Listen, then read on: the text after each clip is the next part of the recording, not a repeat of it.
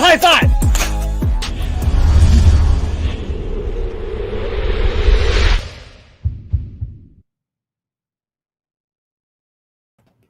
Saludos and salutations, Broncos country, and welcome to another exciting and brand new episode of Broncos Talk. I'm your host, Adan Diaz, and joining me, as always, just over my head, to my left, is at Richie, and to my right, at Broncos Viking, Johnny Baki. Guys, how you doing tonight? Whew. Well, you go first, Rich. So I've had tornado touchdowns, 20 minutes north and 20 minutes south. Thunder and lightning almost all day. And sounds like they're zeroing in on you right now. Like now they've got your location, they're going to drop it right in the middle. I just put on the orange so they could finally find me. They clearly had bad aim, right? So I figured this one out. I'm tired. You know, I worked last night and I got a little bit of sleep, a couple little naps in my chair today in my recliner, which is always great. But I'm feeling a little bit tired. Other than that, I'm doing pretty well. How are you doing, Adon?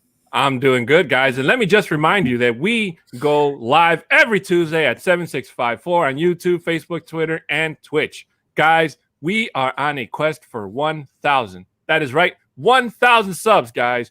The absolute best way to support a growing podcast or a growing channel also is to subscribe, hit that thumbs up, comment, and share. The more interaction we get on the pods, the more eyes that get in front of us. And if that wasn't enough incentive, guys, Glenn Hauser has said that once we hit that 1,000 subs mark, he is going to do the next podcast on MHRT, and maybe if not sooner on Nothing Rhymes With, wearing the Barrel Man Barrel. So, guys, make sure you slap that thumbs up button, subscribe, turn on notifications, and share so that you can know when we go live. Anytime we post amazing content on any of our pages, and so that other Broncos fans out there in Broncos country can know that we are here. Now, I don't know about you guys, but I am really stoked to seeing Glenn in that Barrel Man Barrel, and we are almost close to 300 subs as of this recording, so I'm excited. I think we might. I have to check, but I think we might have just breached 300 this week. So that's amazing. It is pretty awesome. And real quick, I want to throw this in there.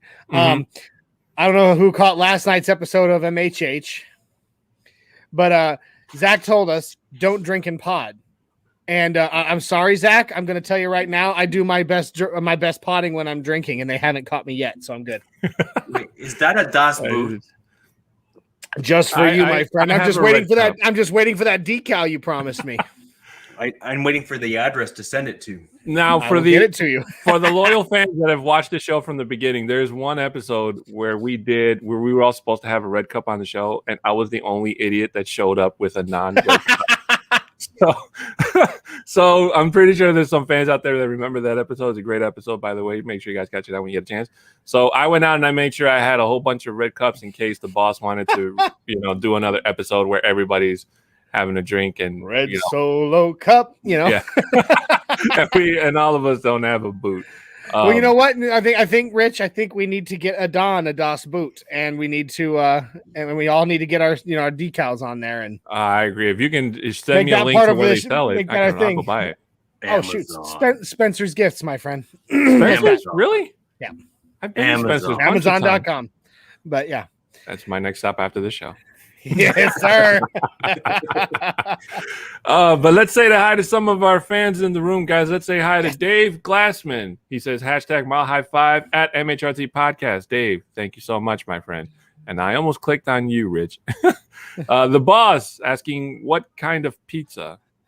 I'm guessing. Oh, that's because David run out to get a pizza and some beer. Before the show. I can't think of a better way to watch the show than with pizza and beer.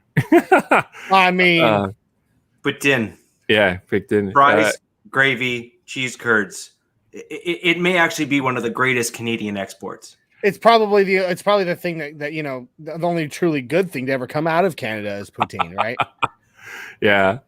One of the very few. And maple syrup. Maple syrup and Dudley Do Right. Anyway. EJ saying, what's up, Broncos country? What's up, EJ? Landon Clark saying, what's up? Hey, Landon, how's it going? And guys, the energy is only going to pick up as we go along in today's show. Absolutely. And absolutely. Here, I almost missed it. Travis Tarbox saying, hello, fellas, Denver Broncos for life. What's up, Travis? For today's show. And of course, Mohammed Badji. Mobad, how are you, my friend? How's everything going for you? Thank you so much for watching the show. And Hope Malik is doing good and all the other little bads. Yeah. So, guys, getting to today's topic, we're going to talk about pass rushing duos. More specifically, the Broncos and Celine Dion. What can we say, Richie? Our heart will go on. Oh man. That hurts. Yeah, I know that's She's French. Joke. Yeah. She's French Canadian. French Canadian, yeah. Man, Canadian is still in there, buddy.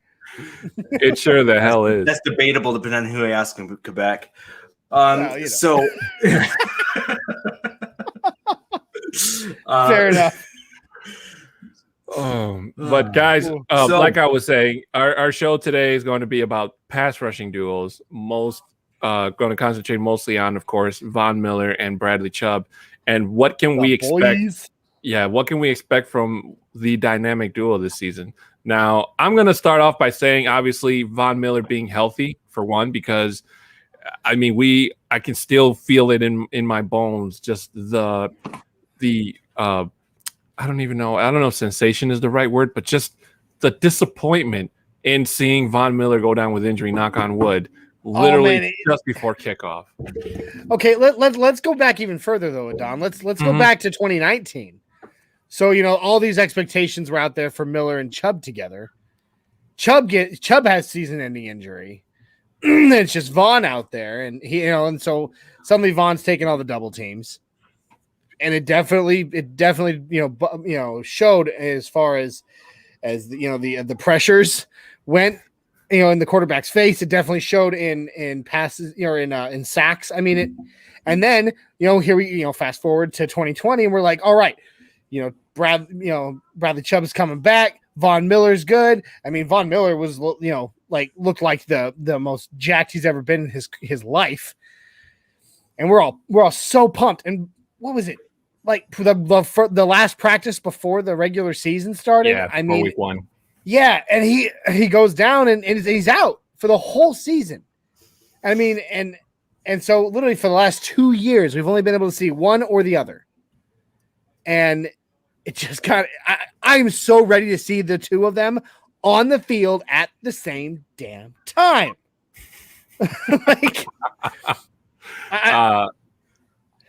I'm at a loss for words, but I totally agree with you there, Johnny. It's good. I mean, just seeing them in practice and seeing the photos from the mini camp that they did, it's just, I mean, it gets your heart racing as a Broncos fan. And it's just the only thing, and I can't stress this enough, is just, obviously the Bradley Chubb knee thing is a bit of a concern, so that's something to keep an eye on. So is Von's ankle. I mean, and Von's ankle too. Those kind of things, those are easily re-injured. Mm-hmm. They are. The only good news I'll say with Von is that he seems to injure something different every time. So, I mean, there is some benefit there. Like, for example, we keep on kind of joking with KJ's Hamler. KJ's Hamler string. Yeah, Hamler string. So when you look at but that's a good example, right? He keeps on re-injuring the same thing over and over again, and it really doesn't seem to be healing for him. Whereas at least Von seems to, knock on wood, be injuring something slightly different each time, which is probably a good thing given the fact that fluke injuries in football are going to happen no matter what. Mm-hmm. Absolutely. I mean, they do. So since you say it that way, since he seems to injure something different each time, here's hoping this time it's his earlobe, or or maybe his pinky fingernail. Yeah, I mean, when I was playing rugby, we just carried a lighter and a knife in our bags, and every time we cut ourselves, we just cauterized it and went back out in the field. Ooh, look at this tough guy! Look at this tough guy, so sassy. Oh. We had rules: no blood on the field. So the fastest way to fix that is burn it. And we super glued in the army. Yeah. I carried tubes of super glue and I was just like, here, so it is what it is. So Mundungus, Don, do you mind if I pull up this comment real quick? Please. Mundungus went straight into it. So do we think Miller and Chubb are the best pass rush duo in the NFL? So, I mean, right out the gate, I mean, he didn't even give us a chance to breathe a little. So we can bring up. So Boggins says no. They're not. All right, guys, great show. Thank you very much. Have a good one. Just like that. So Boggins, since you're throwing that in there, who do you think is Boggins? I mean, you've got Jason Pierre-Paul and Shaq Barrett. They're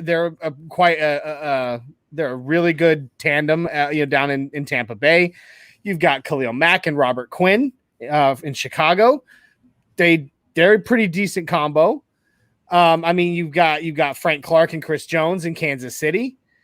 You have we've already said it, Von Miller, Bradley Chubb in Denver. You have Preston Smith and Zadarius Smith, the Smith squared in Green Bay. Mm-hmm. And you have Joey Bosa and Melvin Ingram. But didn't Melvin Ingram just? No, he just signed with. He just Steelers. Signed with the Steelers. So I mean, I guess we can go ahead and nix that one. So now it's T.J. Watt and Melvin. Yeah, Ingram. it's T.J. Watt and Melvin Ingram. And what about? And I know that Cameron Hayward was with the Steelers. What happened? Where did he go? Did he?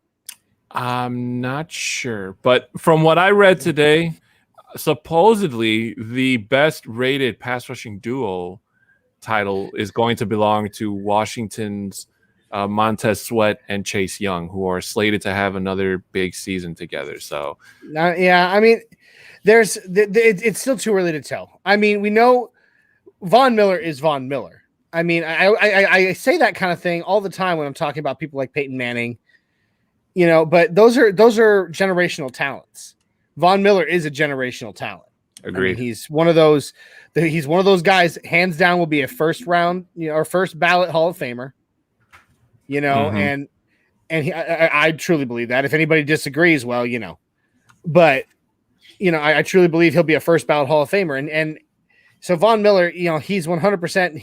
He's pretty well one of a kind. I mean, you've got others that get to the ball very well, but there's just something about the way Von Miller moves, the way that Von Miller plays. It's very unique to him.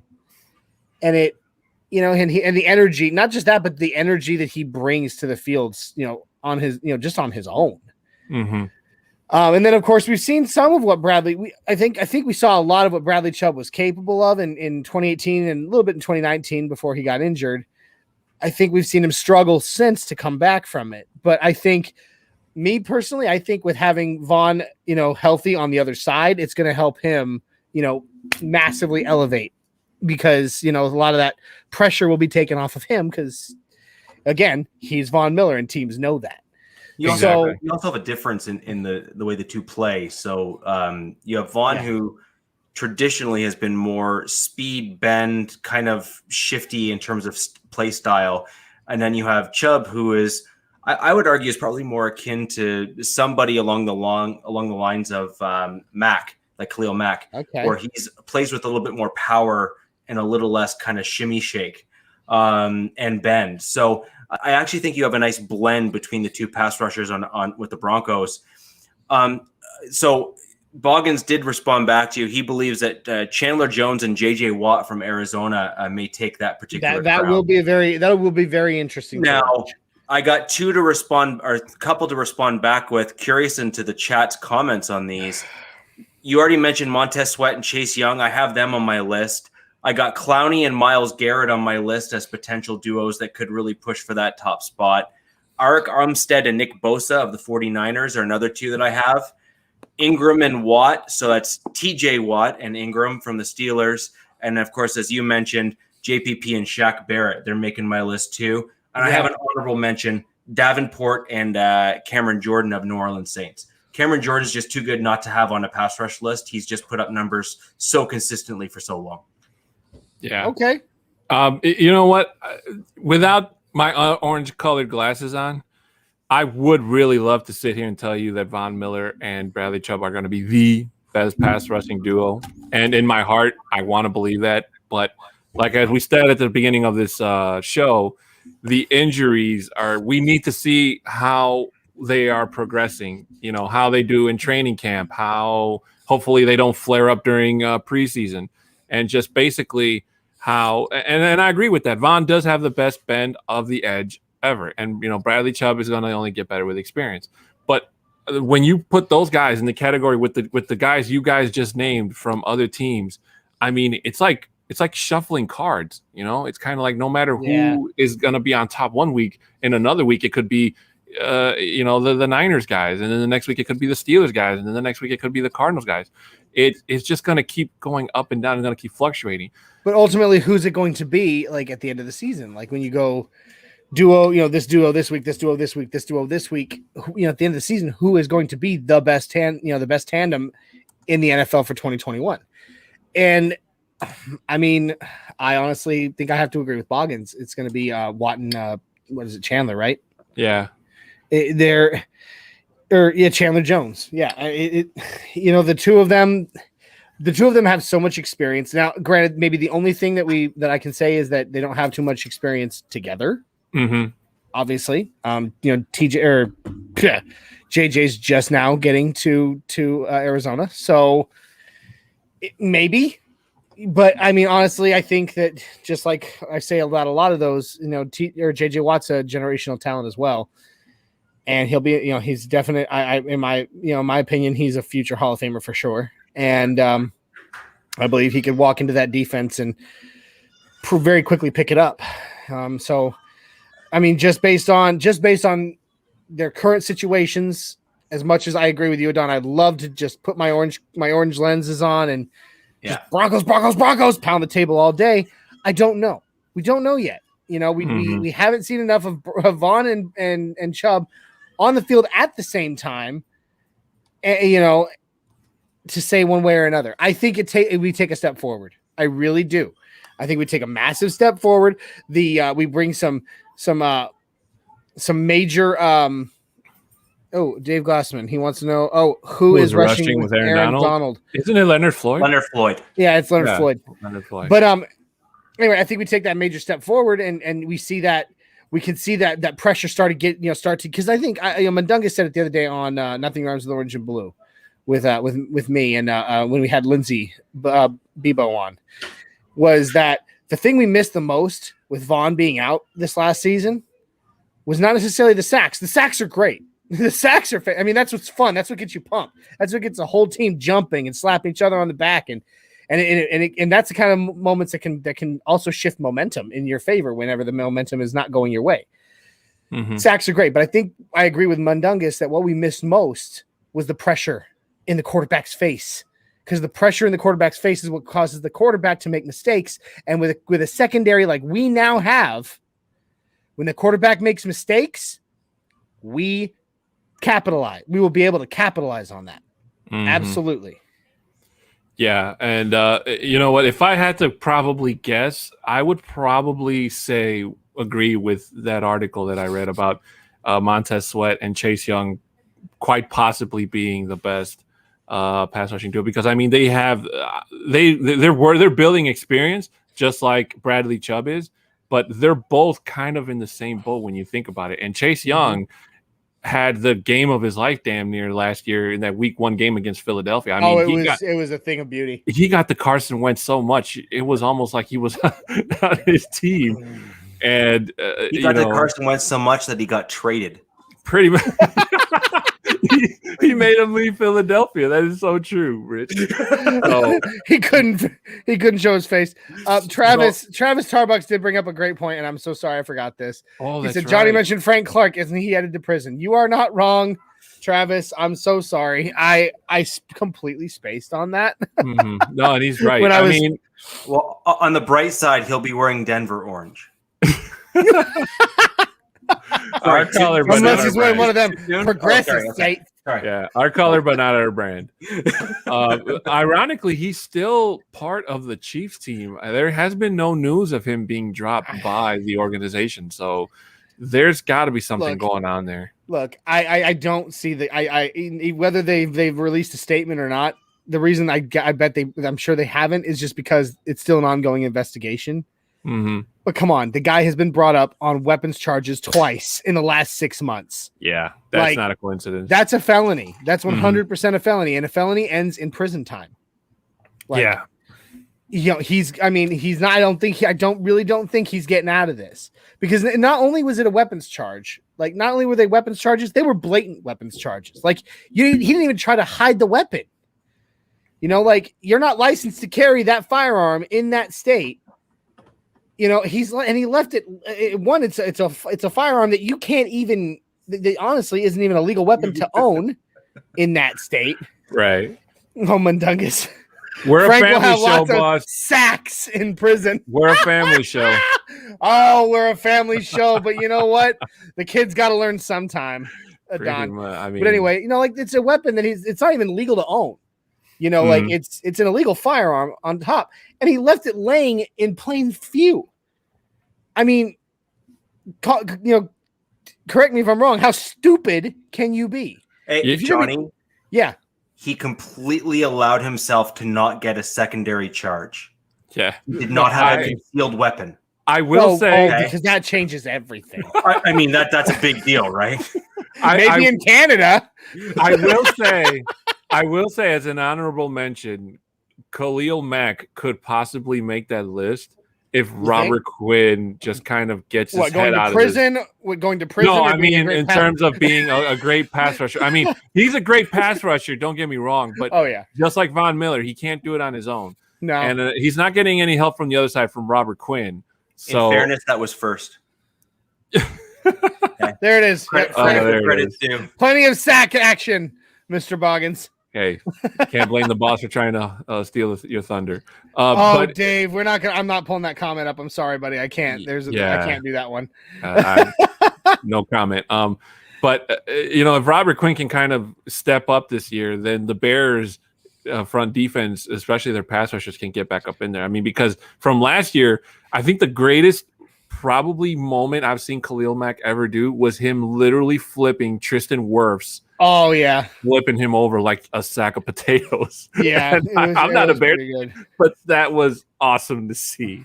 But what it really comes down to, we've rebuilt our secondary. Okay, I mean, we talked about it. Can I just jump in there? Yeah, go. I think the most important part in our team that we've bolstered is not actually the secondary.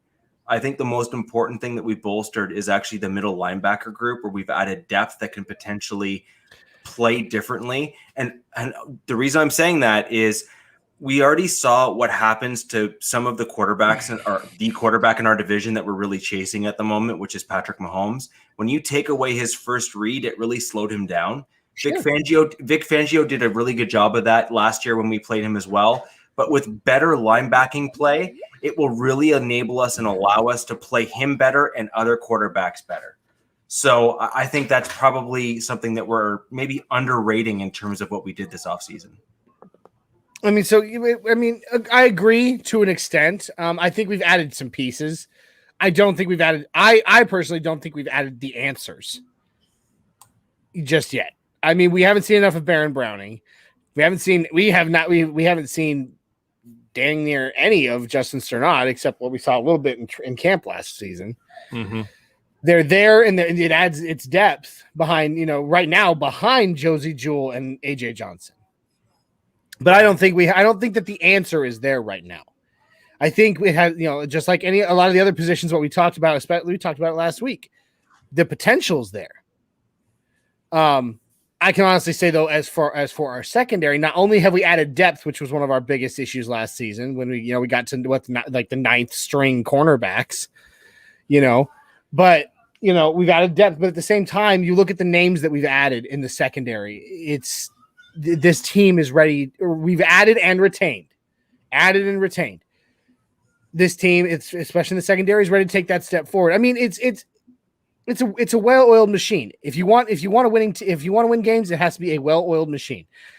The line supports the secondary supports the line, and when one's doing well, the other one has the highest potential to do well also. So when you add in that pass rush, that especially with something like we saw in the Super Bowl with the Bucs defense just constantly haranguing and harassing Patrick Mahomes being in his face, Levante David and Jones and all of them just being at him. He wasn't ready for it, and it showed. And it caused a lot of issues, in the back or down the field for him. Mm-hmm. And I think the same thing will go for the Broncos with a tandem like Chubb and Miller, where they're trying to, and then of course you got Shelby and Mike Purcell's coming back, with everything we've got up front. If they can continue, if they can just be harassing quarterbacks, those quarterbacks are going to make mistakes. And when quarterbacks make mistakes, secondaries eat their lunch. And I think it's it's going to be like the, partnership made in heaven kind of thing. Or I don't know. That's a bad way to put it, but you get what I'm saying. It's, you can't have a great defense if you have, a great secondary, but not so great up, not so great line, and vice versa. And I think what we've done this offseason, and especially with returns and with those that we have now brought into the fold, I think we have the potential to really give the defense something of a break, and hopefully the offense can also then take on and capitalize and score some points. Considering edge is kind of more defensive, though, my only concern is that we didn't have a ton of interior pressure last year to pair with edge. The edge kind of attempted pressure. I realize that we have some younger guys that we're hoping are going to kind of take the next step, but in fairness, they need to take that next step, not so dissimilar from what others have said and whatnot. So we need to kind of see those interior guys keep that ratcheting up and, stepping up that ladder, so to speak, in terms of improvements. And to your point, if that interior line or that kind of middle portion of the line does not take those steps forward, or even heaven forget, we don't want them to regress, but if they do, then that would really put a bit of a wrench in that for us, and whether or not Vaughn and Chubb can really kind of go out and eat. Now, there was a comment made by Dave Glassman here. If I can just quickly go ahead. That up. I do think that pass rush can still be a tool, even from behind, if your rush is has found an answer to the offensive line on the other side of the ball. So now it's certainly not going to be one of those things where you're just going to get sacks for sacks' sake, like you sometimes get when you're playing with the lead. But if you have found the answer to the offensive line, where you've found like a weak spot as the game has progressed, and maybe that's the answer, it can absolutely be used as a tool to get you back in the game. So while, in the 80th percentile, I would probably agree, because it's probably not going to be the thing that's going to get you back in the game per se. If you find the answer, it absolutely can, though.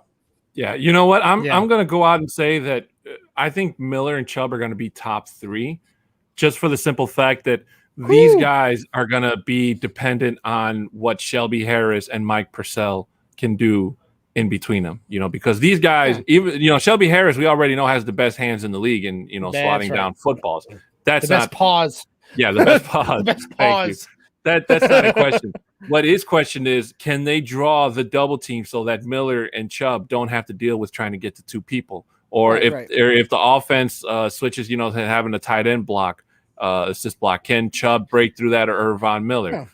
Kind of giving them the chance so that they can play at their best, so that they don't get gassed out and have to sub in. Well, and this at the same time, I think that as long as if they're double teaming, I think they're going to start the season out double teaming Vaughn like crazy.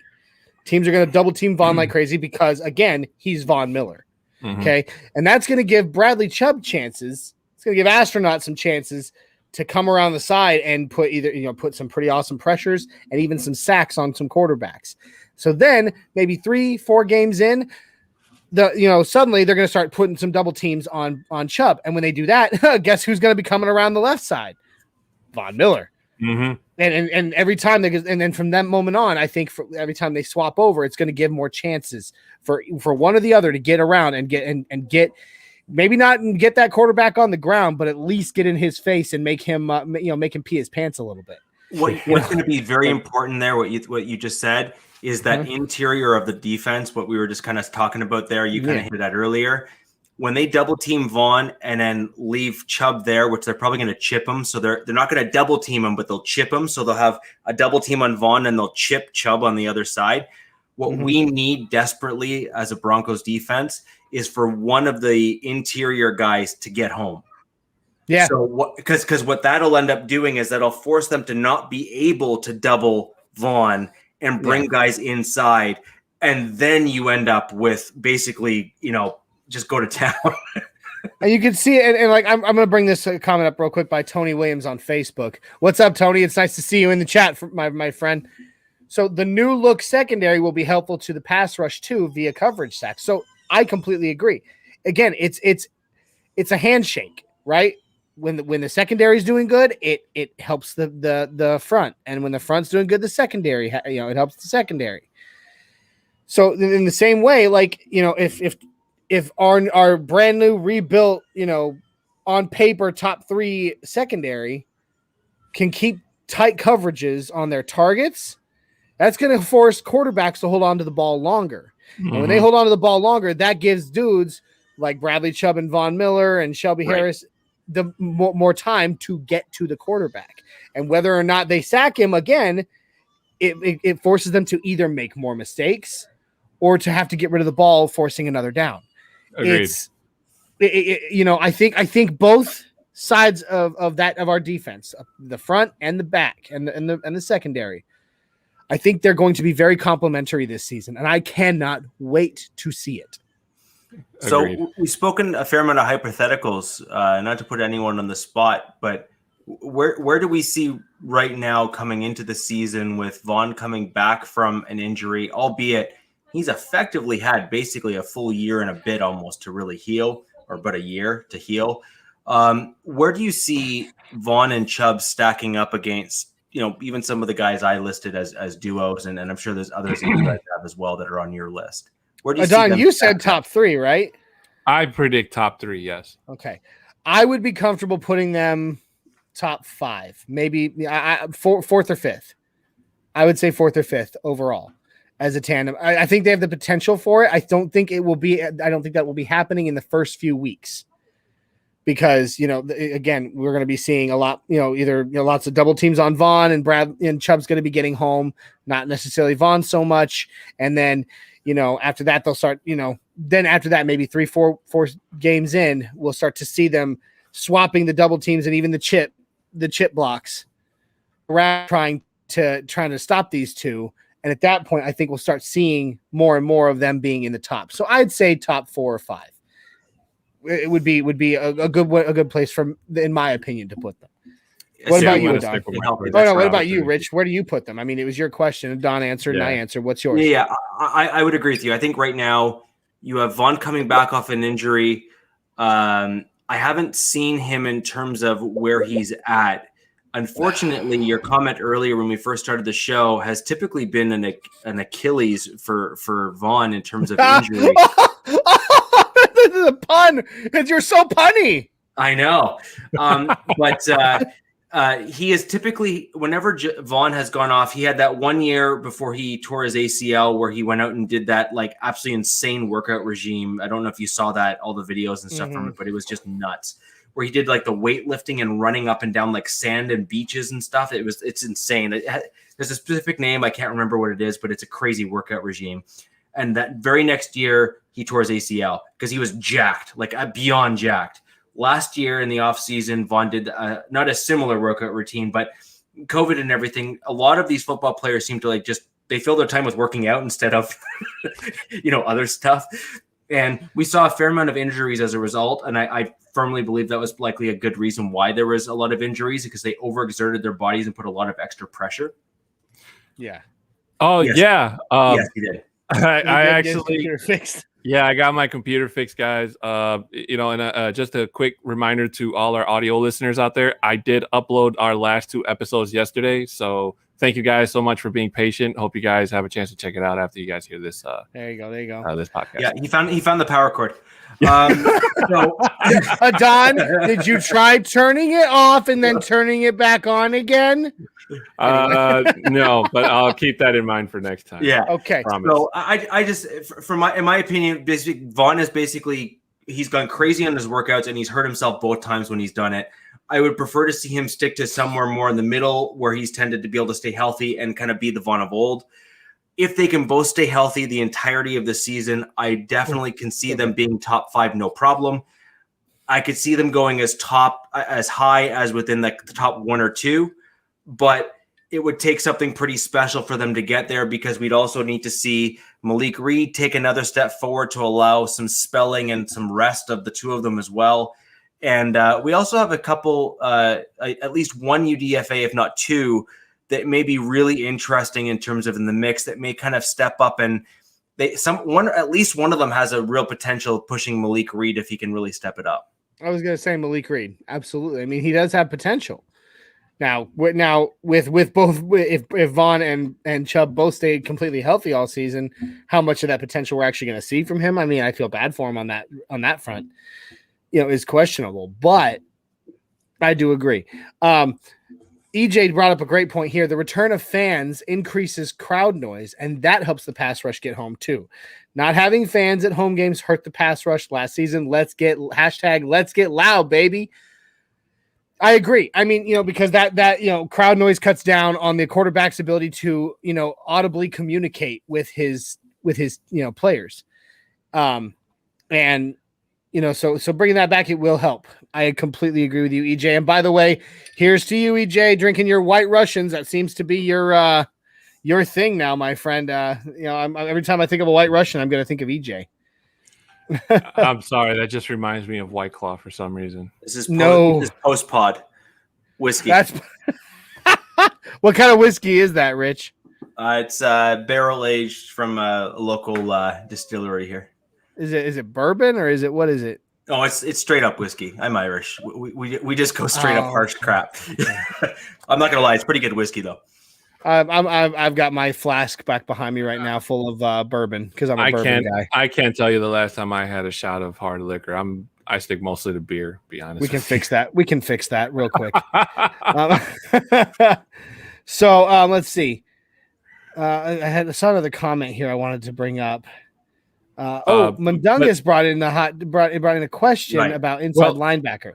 Well, let me just add. Can I just add one thing? Yeah. The reason why I think the Broncos pass rush is going to be top 3 is because I have a lot of faith in this Fangio defense going into year 3, because, and I've said it before, I've seen what the Fangio defense, it's kind of like wine, the longer it ages, better, the longer it stays, I don't know, chilled or whatever. So I think that, don't forget the tannins. You can't forget the tannins. Exactly. And Vic Fangio's seat is not exactly burning at the moment, like a lot of analysts out there will have you believe. But a little bit. I'll give you a little bit, but it's not exactly like, hey, if he loses like week 1, he's fired type of serious. So I believe that him and Ed Donatel is almost like a carbon copy of Vic Fangio in terms of knowing his defenses and calling it plays or whatever. So but he smiles more. Yeah, he does smile more, and he doesn't wear sweats all the time. Right. So I just feel like they're going to put on a show that's going to be just so fantastic that it's going to at least buy Vic Fangio another season should the Broncos not make the playoffs or a Super Bowl. Sure. I'm sorry. Go ahead. No, you're fine. Dude, this has been your show for a year. I'm the new guy here. I ain't trying to step on your toes. This is I'm the new kid in school. Mundungus did ask though, who would you take out to bring in another inside linebacker? Depending on the package, you wouldn't have to take anyone out. You know what? That would be my first comment. In the chat, he did go on and say that he in a hot take, and it's one that I've heard. Where is it? Oh, it's right here, where he said Micah Parsons is going to be a bust. I don't have my soundboard tonight, so I can't throw out the foghorn for that. But yeah, there you go. You've done that before. Yeah. It sounds like he's done that professionally before. Yeah, exactly. Yeah, I'm the guy who started it. They just copied me. Right? Like, you're out being a bouncer at a bar or something, and all you're like, you throw somebody out the door with your, you're like, I'm really tall, come with me. So you throw them out the door, and you're like, Mundungus there. Like that's not bad. My question, Mundungus, there is that due to play or is that due to behavior? I had to guess, because Parsons so far has had really poor behavior that's been well documented within his college career. Yeah. So then my question would be, is your comment there predicated and based on the fact that he's been, by and large, by all accounts, a not stellar human being within the locker room or not a great teammate? Or is that based on his play on the field where you just don't think he can make the next step from a college to NFL level? You know what? I could see either, right? Like, that's my point. Like, I'm asking open-endedly to say I could see both potentially being true, but what was the premise of why you said what you said? You know what? I could, if you would have drafted Micah Parsons last season, I would have agreed with you, Mike. But Dan Quinn is the new defensive coordinator for Dallas. So he's been pretty known to build a pretty good defense. I mean, he did put the blueprint down for the Legion of Boom that reigned supreme in Seattle for 3, maybe 4 years. So he could find a way to turn Micah Parsons into a very, very good NFL player, or he could just completely wreck things in Dallas and make that Dallas defense even worse than it is, because even though they do have a linebacker, they still don't have a secondary. But to answer your question, though, I probably wouldn't replace either one of them, because I feel that Alexander Johnson and Honey Bear have a lot. They want to prove themselves. They want to prove themselves that they belong, not just in the team, but they belong in this league. I agree, but I disagree only in that I think, the desire can be there, all day long. I mean, to prove yourself. I mean, you can have all the heart, and I will say right now, Honey Bear, he got the heart. He got a big heart, and he's got a lot of panache, a lot of gumption, and he wants to be the best. Mm-hmm. I don't think he has that natural ability to take that step. Sometimes heart isn't enough. I mean, I hate to say that because I want people. I'm just like we call Dave Glassman here. We call him Dave Full Glassman over on Nothing Rhymes because he's such an optimist. But and I want to be that optimistic. I want to be that guy that's just like succeed. All you need to do is believe. But this isn't Angels in the Outfield, okay? Or the terrible sequel, Angels in the End Zone. This is real life, and I'm sorry. You can have.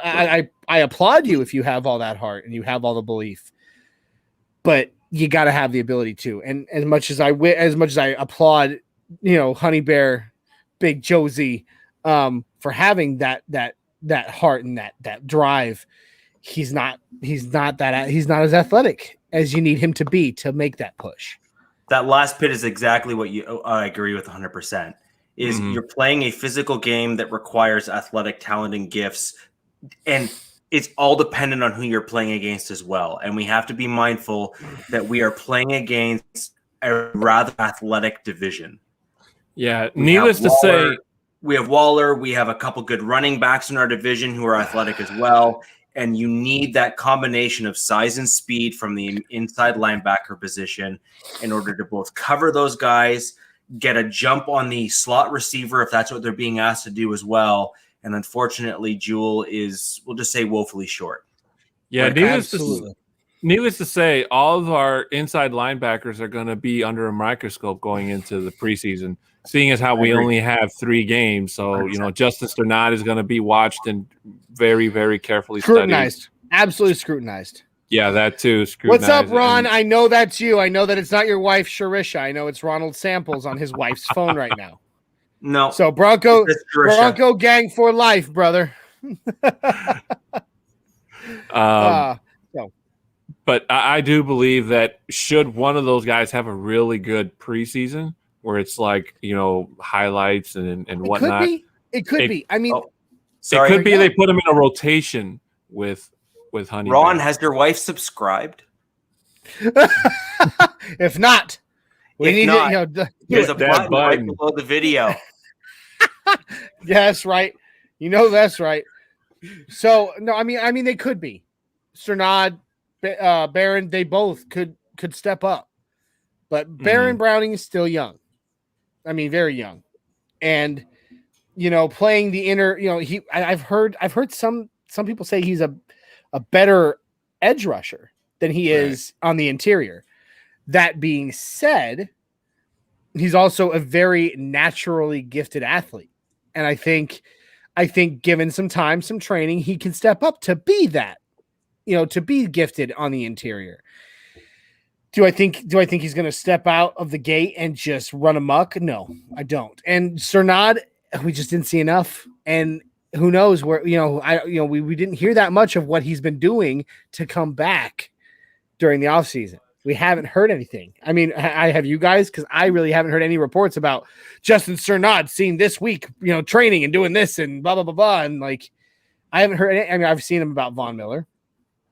Seen him about a lot of the guys that we injured, that got injured on our team this last year. I saw nothing on Justin Cernod. Ha! That's right, Ron. Thank you, buddy. Subscribe for her. Good man. She's going to trust me, Ron. She will thank you for it later. She's gonna love the notifications. Let me tell you. Yes, she is. So I mean, Travis Tarbox says it here. I'm a huge fan of Josie Jewell, but he seems a step or two slow. I'm originally from Iowa, so I've watched him since college. So there you go. I mean, it's not that he doesn't have the heart. I mean, that guy's a natural leader. He's got that locker room wrapped around his pinky finger. They love Josie Jewell in that locker room. Agreed. They absolutely love that guy. And he's a natural leader. I think he's going to make one hell of a coach one day. I agree. That's exactly what I was going to say. One hell of a coach one day. I agree. But again, he doesn't have the speed that we need at that position. We saw plenty of running backs just bust right past him. And that's concerning, especially in this division. Some of the absolute best coaches in the NFL in their various positions that have come up from being NFL players transitioning to NFL coaches have been mediocre or average athletes, but highly, highly gifted in terms of intellect. So they're able to understand, process, and know what they should be doing, but their bodies are just not physically gifted enough in order to execute it. You end up with those rare individuals like your Ray Lewis's and Brian Urlachers and Mobley's and guys like that. And Patrick Surtain, who I truly believe is going to be that guy. Right. So you end up with a few guys. Well, I'm sticking with guys that we kind of have seen before, right? Yeah, so, agreed. so you've seen those guys translate their physical gifts and their mental and football IQs into the middle linebacker position, and they've had both. Josie Jewell, from this point here, from what I have seen, and I think we can all agree, is incredibly gifted when it comes to IQ and intellect from football, but his athletic abilities are diminished compared to what is required in today's NFL. What you would expect. Yes. Right. Exactly. And so I agree with you. I think he'd make an amazing coach because he's clearly IQ gifted. He's going to be brilliant. I think he'll be a brilliant coach. College, high school, maybe even the NFL one day. Right. But it is what it is on that. So let's see. We got some people asking some questions about who's going to be who we might be covering the tight ends with. So let me see. I got it back here. Was it this one? Okay. George Morani? No, I was actually going. I was going to bring that up, but this one back here. Here we go. You sure they won't just put Surtain on tight ends? That's from George Maravi. I don't recognize that name. You guys might, but he's George. George, welcome to It's nice for me. It's nice to meet you, George. And I like it. I don't think that Surtain's going to be. I don't know about you guys. I don't think Surtain's going to be exclusively set on the Travis Kelce's, Darren Waller's, and George Kittles of the league. Look, there's Bronco. That's an awesome dog. I love that dog. He looks so fluffy, so hypoallergenic. He is. I figured. I am not coached to prove it. Well, there you go. So moving down though, Mundungus predicts that by the end of the season, PS2 will be covering wide receiver ones. I hope so. And then he also thinks that we might put Darby on the tight ends, rotate him in and out to avoid another injury. And I agree with that. I think another big part of the depth that we've built in that secondary is to be able to rotate, so that these these guys that we are paying a lot of money to, at least for this season, and a few of them for a few seasons, can stay healthy. Agreed. So I could see Darby playing, covering on the tight ends. And like, the thing is, like, some of these guys, it doesn't matter who you put on them. You could put the greatest corner. You could put Champ Bailey on them, and they're still gonna make plays. It's the Travis Kelce's and the Darren Wallers. Even if you were to put Champ Bailey in his prime on Travis Kelce or Darren Waller, they're still gonna make some plays over him. I mean, that's just what they are that gifted. Just like he was. Now, I think he would make plays on them too. Right. But, I think, it is what it is. Darby is so small. It's not, it's not all about the size though, even going up against those big tight ends. Right. Mm-hmm. When you're trying to pull that coverage, I mean, some of these guys, I don't remember what Ronald Darby's vertical leap is, but it's actually pretty impressive if I recall. So, I mean, small or not, not all of us can be a 6'10" Mexican. What can I say? I'm the talk of the town. You are, dude. I mean, oh man, you had my guest on Nothing Rhymes on Sunday eating out of your hand, and she hasn't even met you yet. My blushes. Oh yeah. By the way, did you comb your hair? You told her you were going to go comb your hair. I sure did. There I was you at go. work combing my hair. There you go. My wife, that's my wife. Oh, I need your dog. And she says she needs your dog. So let's see. I like another Boggins comment here, and here he is. He's trying to make us look stupid. So thanks, Marcus. But Fangio doesn't do shadow schemes based on players. Ojemudia got lined up in man against Julio last year. He sure did, Okay. and man, did he pay the price. Oh, that's funny. Right, see, EJ. but on that, he's absolutely correct. But that's also one of the reasons why you need to have the more versatile inside linebackers and not rely on modifying your defensive schemes in order to fit the teams you're playing against. So when you have a guy like Stranad or a guy like the other, I can't remember the guy, I forget his name. When you have two guys that can cover guys, that's important. And that helps take away that first read in those quick shallow routes when they're being asked to cover tight ends or running backs in the flats and stuff. Dave Glassman says it's not the size of the boat, but the motion of the ocean. And Lindsay was awesome. Well, as I understand it, I am well above average height for a male, and I'm still too short for Lindsay. So that's right. That's right. 6'5" plus for Lindsay is her height requirement. So, Oh no, I Lindsay's an awesome person. She was a fantastic guest. I really enjoyed that show. It was awesome. Yeah, she's fantastic. So she will definitely be on. If not on in Nothing Rhymes Orange and Blue, I guarantee she'll be on one of the MHRT shows in the near future. She was great for sure. Ron says 6'10". She wants you. I can't even lie. That was apparently clear, and it's on record. So it is. I mean, it's all over the internet now. Yeah. I mean, it's not going anywhere. I even uploaded the RSS feed. I uploaded the audio, so it's out there in audio and video, all over the place now. It sure is. Did you slide? Did you slide into her DMs? I did DM her, and we did talk for a little bit, but she is pretty busy, so she doesn't get back to me right away. But I understand. She uploaded her first. George uploaded her first article. I thought it was a football podcast. George, it is, but it's the 20th of July. Like we there's so much other things that there's not that much else to talk about right now. Granted, we're 7 days away from training camp. Yeah, that's the beauty of MHRT Podcast. Anything can happen.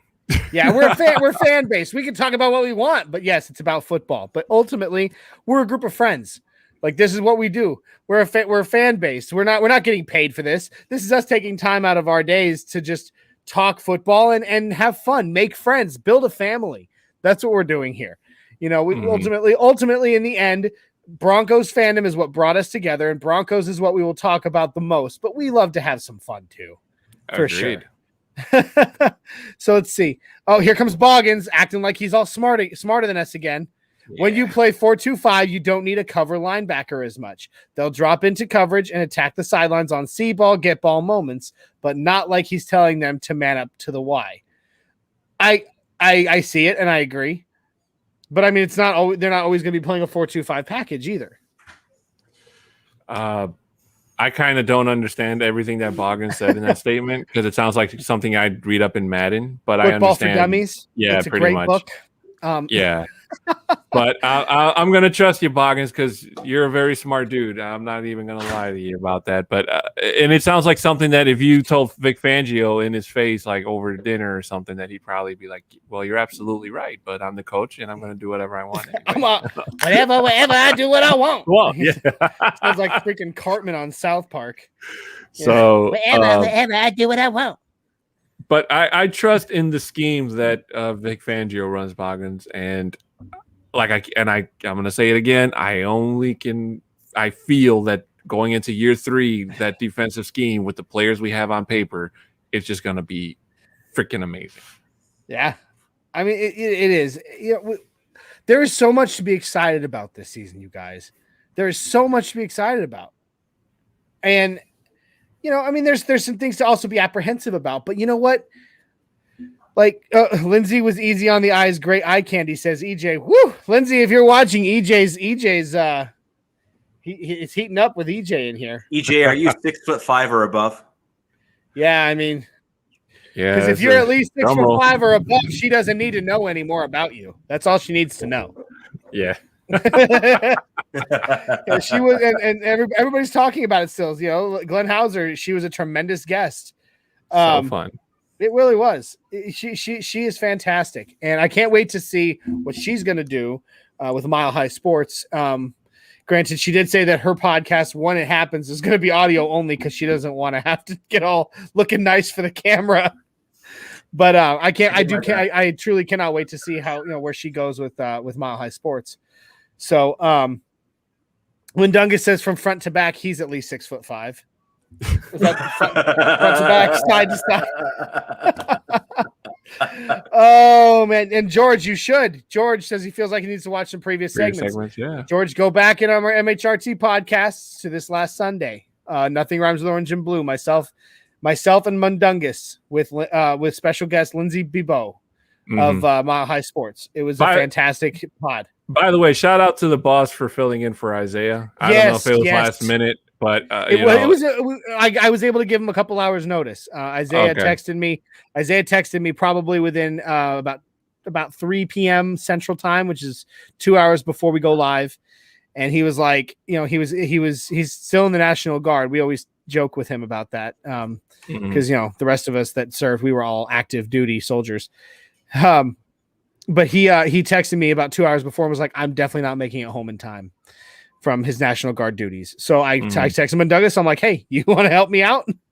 And he's always down. And I know that you guys, one of these times, whenever I need to fill in, I'm going to call one of you guys. By the way, let me just say for the record, there are a lot of great spots in the boss's house. And I really feel he picked the best looking one because he could have been streaming from his bathroom for all we know.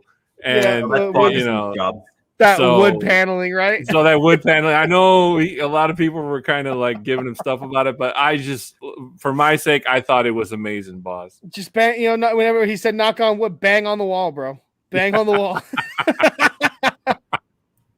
All right, so let's see, a little bit more. EJ says he's 6'3", so she might, if you're willing to risk it, Lindsay might be close. EJ, I want you to think Tom Cruise and lifts, and then just apply them accordingly. Right. Travis Tarbox says, I know everyone is tired of talking QBs, but I believe Drew will make a big jump this year. If that happens, we will return to the playoffs. I'm inclined to agree. I have been a huge Drew Lock, behind Drew Lock the whole time, and I believe so too. I don't know about you guys, but so can I ask this for everyone here? Do we think that's good enough? Yes. And so if you do you not think that only just eking into the playoffs, do you think that puts us in a position to either draft and bolster the roster appropriately through the draft, or does that help us maybe in free agency, because then we're no longer seen as a 4 or 5 season losing joke team? Yeah, well, I wasn't going to quite go there, but a dumpster fire was where I was going to say. That's Houston. Yeah. We're not quite there yet. No, we're a brush fire. Okay, we're a brush fire. They're a dump that's on fire in Houston. Okay, yeah, pretty much. Yeah. But so my only comment there is, I'm not a fan of just eking into the playoffs and being one and done. I would, if we are going to do well, like as you said there with Drew Lock taking that next step, I would really want us to, at a minimum, at least make it one round further to prove that he has the mental capacity, ability, acuity, whatever you want. So past the wild card. Yeah, exactly. I want him to make it to that next tier, because that'll show that he's really, truly, for me at least, taken those next steps. I agree. Mundungus says, leave his wood paneling alone. Well, maybe if your wife would, you wouldn't have 6 kids now, would you, bud? Now, is that faux wood paneling or real wood paneling? That was the real question. I never got an answer on. Oh, that's funny. Javante, Ron, sorry, it's not Sharisha. It's Ron on Sharisha's phone. Javante Pookie Williams, nothing to F with. I agree. I can't wait to see what he's going to do in this league. On the Broncos, but not only on the Broncos, but just in this league. Because he's a running back. Odds are he probably won't retire a Bronco in the end. But I can't wait to see what he does. Simulated wood finish. Oh, that's funny. That's funny. Douglas says, I think he can make a jump, but it will be up. It'll be to, I don't know, what is that? But it will be to a Bridgewater type jump. So he's saying middle, right? Because Bridgewater basically his career has been middle, right? Like he's never been top tier. He's never been. He was almost there. He was almost top tier, and then the injury happened. And right. I mean, granted, Mundungus makes a point to point it out every chance he gets. His 5-game stint with the Saints. I don't take that away, but again, thus far as his career goes, as an average, he's been a middling quarterback. Mm-hmm. Well, you know what? I'm a big Drew Lock supporter, as you guys already know, and I can understand why Rich said, he expects Drew Lock, if he does turn it around and turns out to be a successful quarterback going into year 3, that he does better than just getting us to the playoffs. And I wholeheartedly agree. Because if it's Teddy Bridgewater, for me, Teddy Bridgewater is somebody who can get us to the playoffs. But as a Drew Lock fan, I'm expecting him to get us to a Super Bowl. So real quick, I've got 2 comments I want to pull up, and I like this real quick. This is Glenn Hauser, so one of our MHRT brothers. If Drew is top 20, we make the playoffs with this offense. I completely agree. I do. Yeah. If he is in the top third, or top 2/3 of quarterbacks with the weapons around us and the defense we've built, we make the playoffs. We would have been in the playoffs last year with like 2 or 3 more wins anyways, and we basically lost those by like 1 or 2 scores. So yeah, as a wild card, yeah. The other thing I want to point out, this is our boy Dave Full Glassman.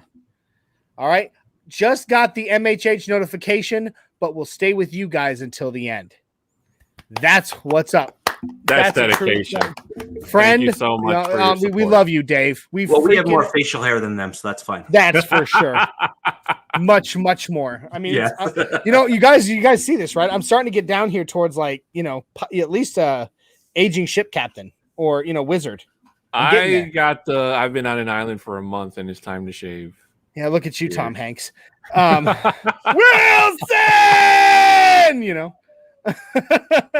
So But and Travis Tarbock says, I want more than just to make it to the playoffs. Well, I mean, we all do, Travis, but realistically, are we going to the Super Bowl this season? I mean, I always want to be the optimist, and I know you guys do too. But if we're sitting here being realistic, are the Broncos going to the Super Bowl this season? I hope so. I mean, it'd be wonderful if you were to make a prediction, though. In this division, are the Broncos, in this division and the AFC as hard as it can. What in the world? Can we get it back to a Don's potential love connection? Rumor is he waxed his chest on Monday morning.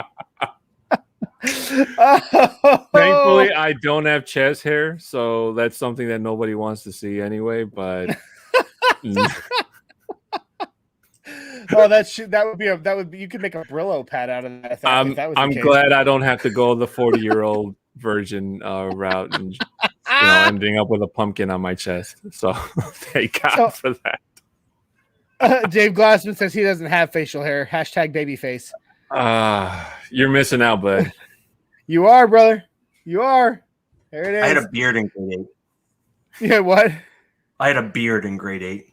Man, yeah, I didn't grow. I could grow a beard in 7th grade. I didn't grow this till like high school. It's junior year. It's the Turkish. Believe it or not, you can't see it looking at me. It's the Turkish blood in me.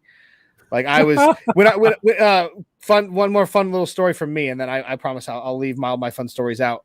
When I was in the Army, I had a sergeant who made me carry a razor in my chest pocket all the time, because the first time he met me, he asked me, it was in the afternoon, and he grabbed my face, and this is the military, so you have to be baby face shaven, unless you have a mustache that makes you look like you're luring children into vans with candy. And he came up and he took one look at my face, and he was like, "Did you shave today?" Yeah, Roger, Sergeant. He's like, "No, you bull. I don't believe you." So he literally took a picture with his phone of my face. He's like, "I'm gonna check you in the morning, and if it's not, if it doesn't look exactly or like this by midday, I'm gonna bring you up on charges for busting uniform regulations." And sure enough, I went in the next morning and I had shaved my face baby smooth, and he thought it was hysterical. And then by that midday, he checked my face, and he was like, "Holy crap!" And I'm like, "Yep, I have 5 o'clock shadow by 11 a.m." So. No, let's see.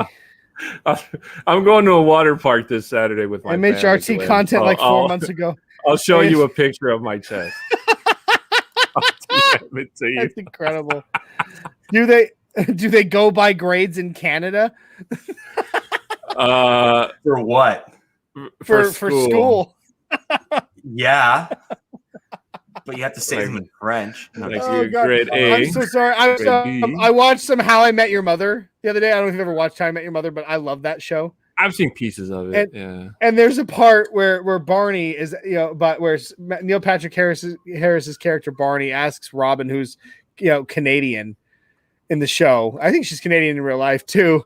And he's just like, "Why do we even let you be a country?" Like, and then also you're like, "How sad is it being you, like growing up in Canada with America right there?"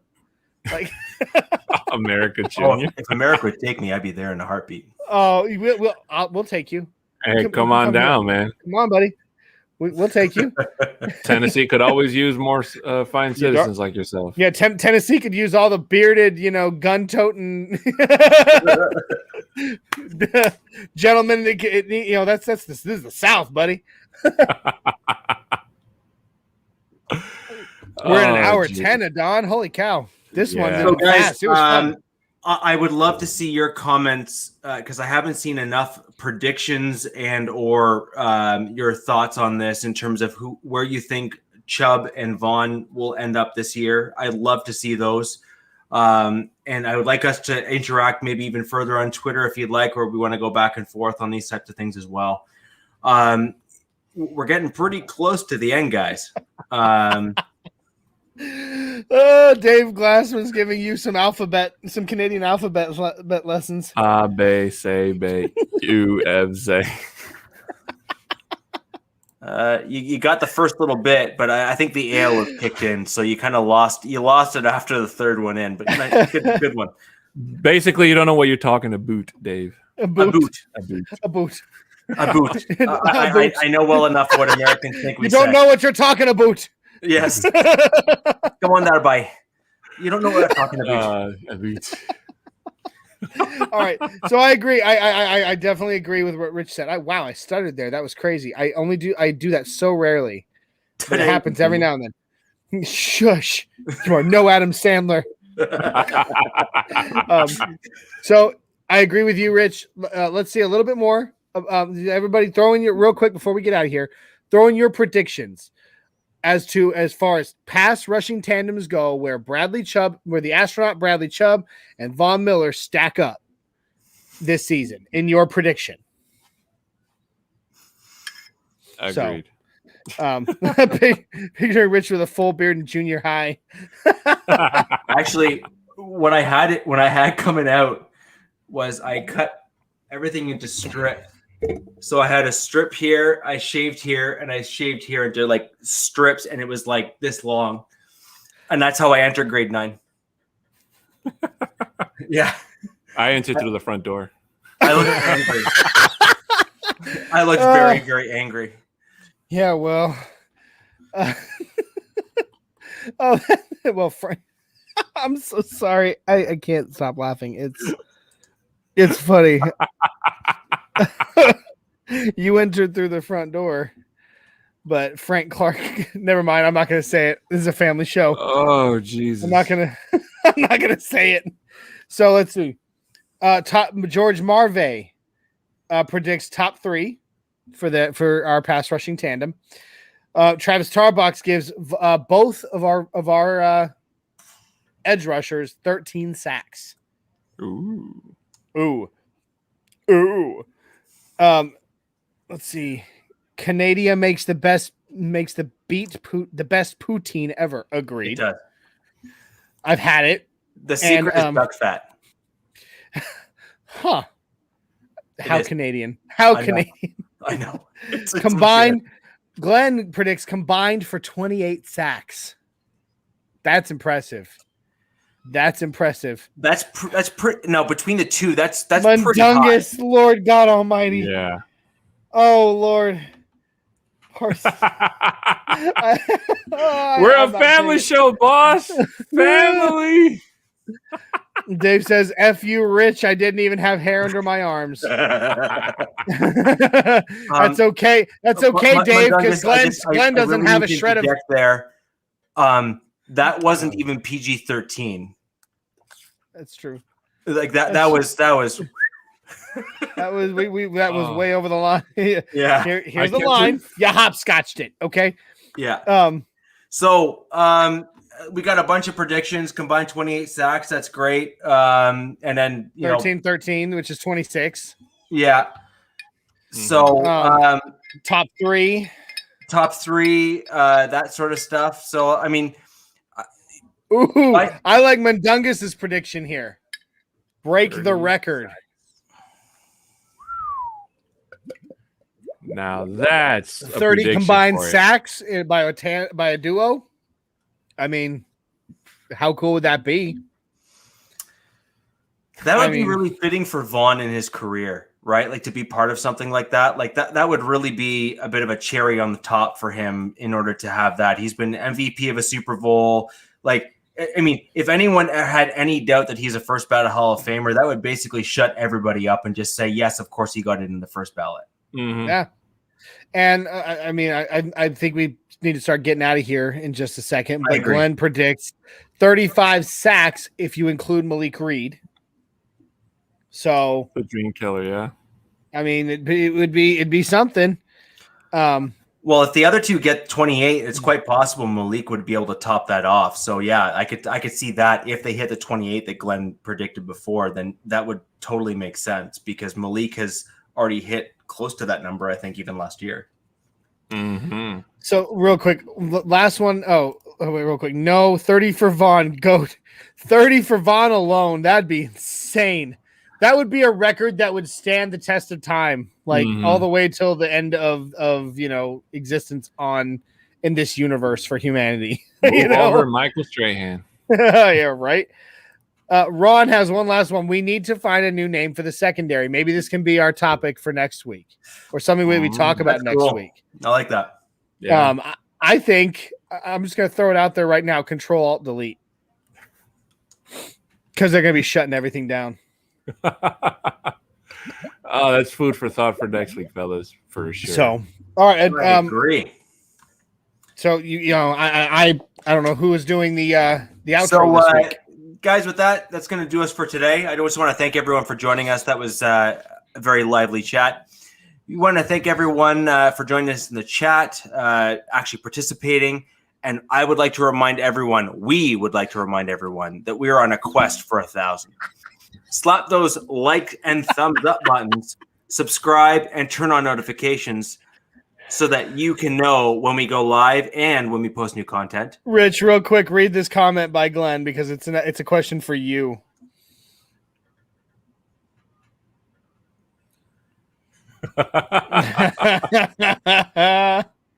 I'll do that just for fun. Oh, that's terrible.